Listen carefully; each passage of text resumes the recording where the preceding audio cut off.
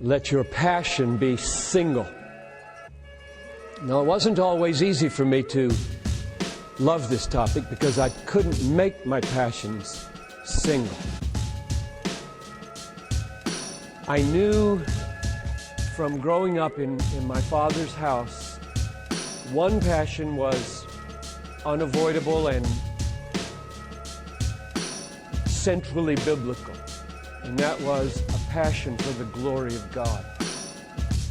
My father quoted as often as any other text, "Sonny, whatever you do, whether you eat or whether you drink, do everything to the glory of God." So I grew up knowing that was one passion that had to be there. And then as I meditated more and more in my formative intellectual years on the Scriptures, I saw that the reason it was so central is because it was the central and uniting passion of God Himself. Let me give you a couple of texts that shocked me in those days. I'm reading through the Bible right now, as many of you are, and if you're on the plan that I'm on, it's Ezekiel these days. And in Ezekiel 20, just a couple of days ago, here's what I read.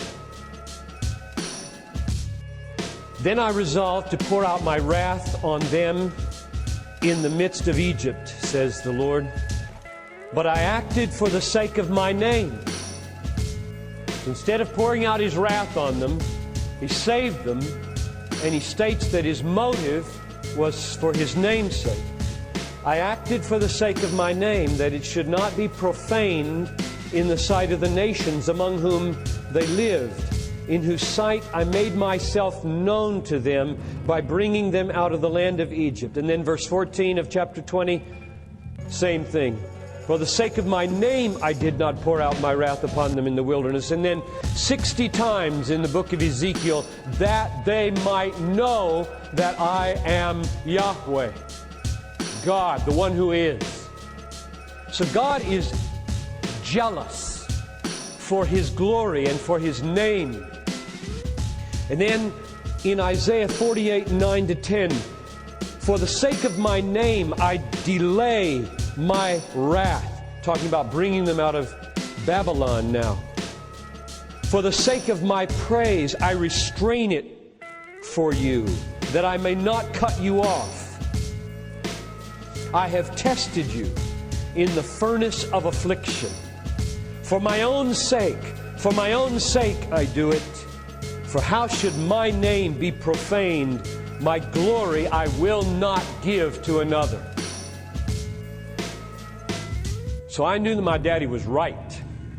That the reason my passion for the glory of God should be central is because God's passion for God is central to God.